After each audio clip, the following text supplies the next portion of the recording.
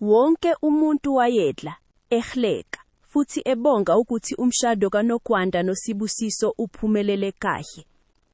Kwakusemgungundlovu, ekhaya lakwaMthembu, lapho amathafula ayekujiwe khona inyama, irayisi, amadombolo, nesijulu esishisayo. Kodwa ngemuva kwendlu, kude nomsindo wabantu, uNokwanda wayemi eduze komgqomo wamanzi, egqoke ingubo yakhe yomshado emhlophe, egeza amapuleti ngelizandla zakhe. Amanzi abandayo ayegijima ezandleni zakhe, kodwa izinyembezi zakhe zazishisa kakhulu. Wayezama ukungakhali kakhulu, ngoba wayengafuni ukuthi izivakashi zizwe. Uninazala wakhe, uMaMthembu, wayethe kuye, "Mntanami, ekhaya lakithi umakoti akahlali nje yadle. Uyasebenza ukuze aziwe ukuthi ufanele indodana yethu." uNokwanda wamamatheka kancane, kodwa ngaphakathi, inhliziyo yakhe yayibuhlungu. Ngaphakathi, uSibusiso wayehlala ethafuleni nabangane bakhe, engazi ukuthi umkakhe uphi. Kodwa umuntu oyedwa wayembona kahle, kwanguGogo Mazulu, owesifazane omdala owayethule, ebuke konke ngamehlo akujiwe umlando. uGogo Mazulu akazange aphuthume ukukhuluma. Wayazi ukuthi umuzi unomoya wawo, futhi uma umuntu eshesha, angaphula into ebingase ilungiswe ngokuhlakanipha. Wahlala eduze kwefasitela, wabona uNokwanda egoba, ephakamisa ipuleti, elihlanza, bese elibeka eceleni. Ingubo yakhe yayisimanzi ngezansi, izandla zakhe zazibomvu, kodwa ubuso bakhe babusathobekile. Ngaleso sikhathi, uLindiwe, udadewabo kaSibusiso, waphuma ephethe inkomishi. Wambona uNokwanda wase emamatheka ngendlela engamnandi. "Awuboni ukuthi umsebenzi uyakufanela," kusho yena. "Umshado awugcini ngezithombe ezinhle." uNokwanda waphendula ngezwi eliphansi, "Ngiyazi sisi, ngizokwenza konke okudingekayo." uLindiwe wahleka kancane, "Sizobona." Lonke kwalihlaba uNokwanda, kodwa akazange aphendule kabi. Kude lapho, umfundo umzala kaSibusiso, owayesebenza kwezamabhizinisi nezindlu eThekwini, wabona okwakwenzeka. Wathula, kodwa ubuso bakhe bashintsha. Wayazi ukuthi lokho kwakungewona umkhuba. Kwakuyihazo emninkane elithule. Ngaphakathi endlini abantu babesezathi lapha. uMaMthembu wayehamba amathafula wonke, eqinisekisa ukuthi izihlobo zakhe zithola ukudla kuqala.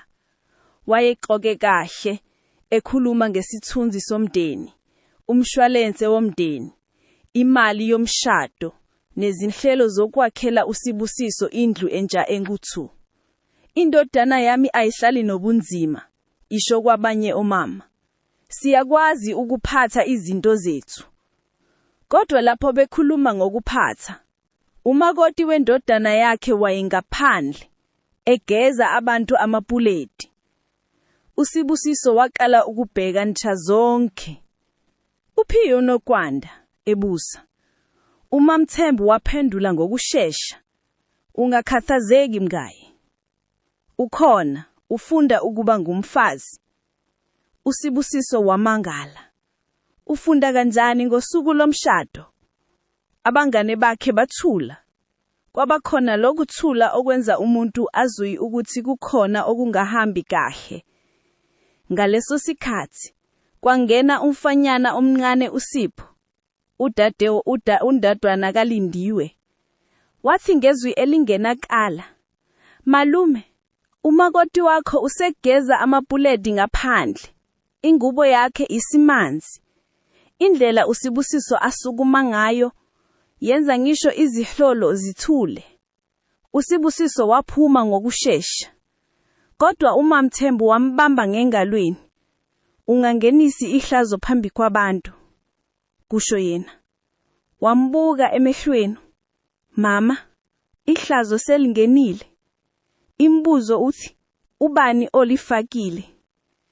Lawo mazwi amshaya uMamthembu. Abantu abeseduze baqala ukubheka. uSibusiso waphuma waya ngemuva kwendlu. Wafika wabona uNokwanda egoba, egeza ipuleti lokuqala.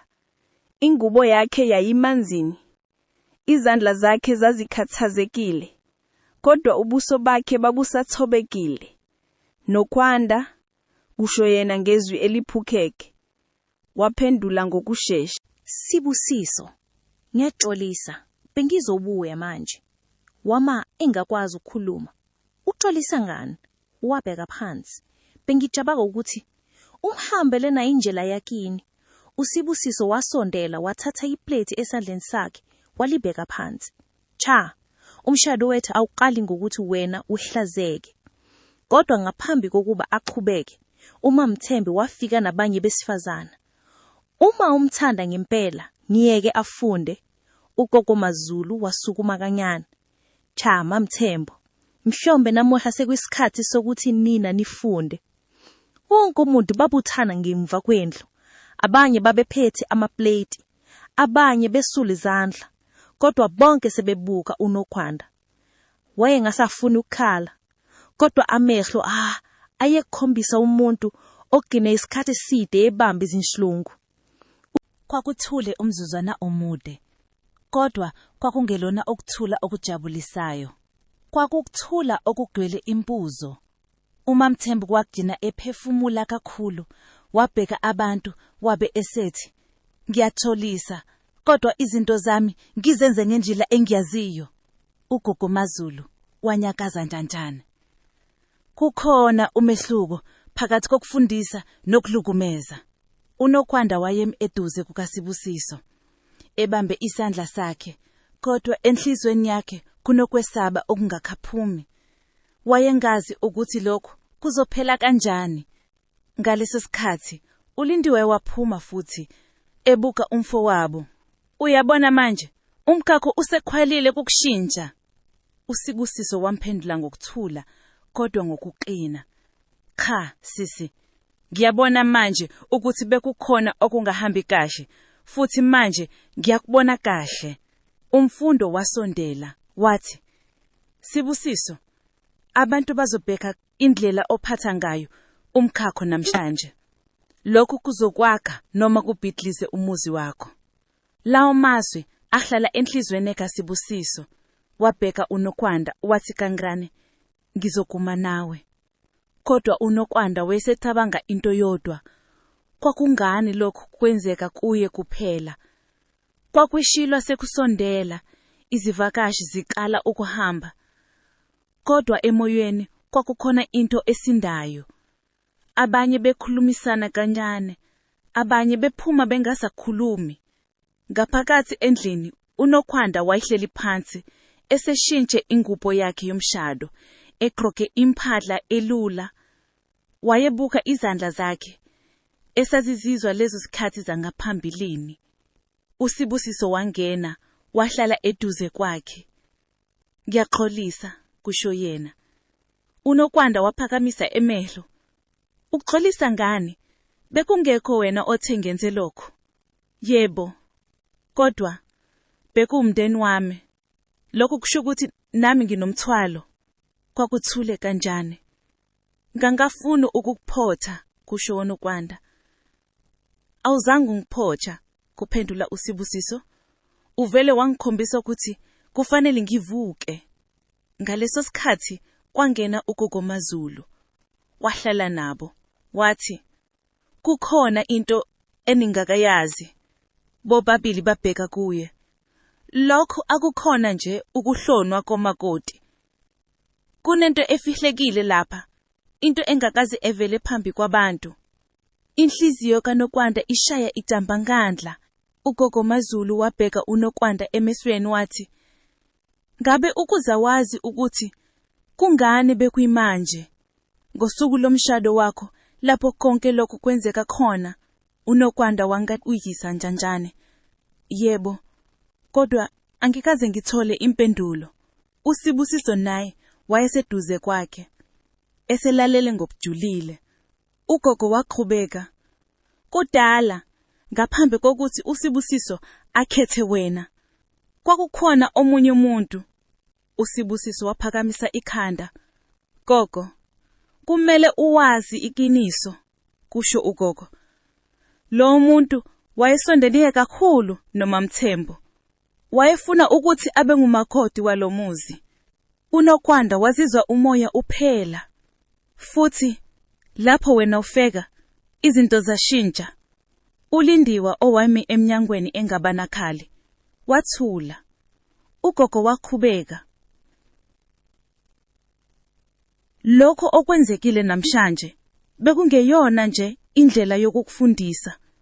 Bekuwumzamo wokukwefesa emehlweni abantu." Amazwi akhe ashaya wonke umuntu. uSibusiso wabheka iminyango lapho uLindiwe emi khona.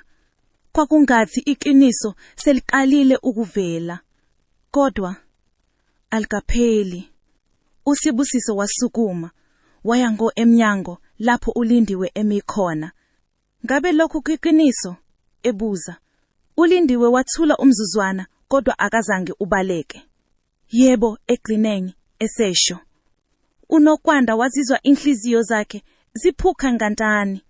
"Ngangafuni wena, Sibusiso, ukuthi ushade umuntu ongazikale," kusho uLindiwe. "Lena bekuyindlela yokubonisa ukuthi akulungeli." uSibusiso wanyakaza ikhanda. "Ukumhlazisa phambi kwabantu?" Lokhu kwakukumsiza. uLindiwe waphendula ngokukhathazeka. "Bengicabanga ukuthi uzokhombisa ubuthakathaka, kodwa akazange." Ugogo Mazulu wamamatheka Tsangana, "Yilapho niphuthelwe khona. Amandla awakhonjiswa ngokumemeza, kodwa ngokubekezela." uMthembu naye wayesemigude elalele, amehlo akhe aqala ukuthamba. uNokwanda noma ebuhlungu wakhuluma okokuqala ngokuzethemba. "Angizange ngize lapha ukuzolwa, ngize lapha ukuzokwakha." Lawo mazwi ashintsha umoya. Kwakusebusuku kodwa umuzi wakwaMthembu wawukhanya ngezibani. Kodwa ukukhanya okukhulu kwakungekho ezibanini. Kwakusezindliziyeni zabantu abesesanda kufunda iqiniso. uMthembu wasondela Tsangana kuNokwanda. Wayengasakhulumi ngamandla njengakukhala.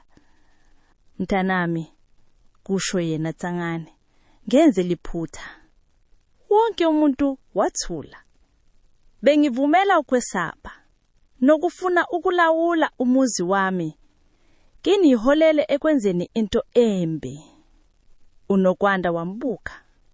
Emehlweni kunokudidika nokuthamba. "Ngicela ukungitholela," kuqhubeka uMthembu. Kongelula, kodwa uNokwanda wathi, "Ngiyakuzwa, futhi ngizama ukukutholela." uSibusiso wabamba izandla zabo bobabili.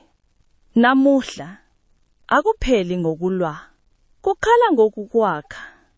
Ugogo Mazulu waphakamisa ikhanda wathi, "Umuzi oqala ngokuhlupheka, kodwa uqhubeka ngenhlonipho, uyahlala." Abantu bacala kumamatheka Tsanane. uNokwanda wabheka izandla zakhe, lezo ezazigeza amablade. Wase ebheka phambili. Manje wayengaseyena nje umakoti. Wayeseyisikelo somuzi omusha.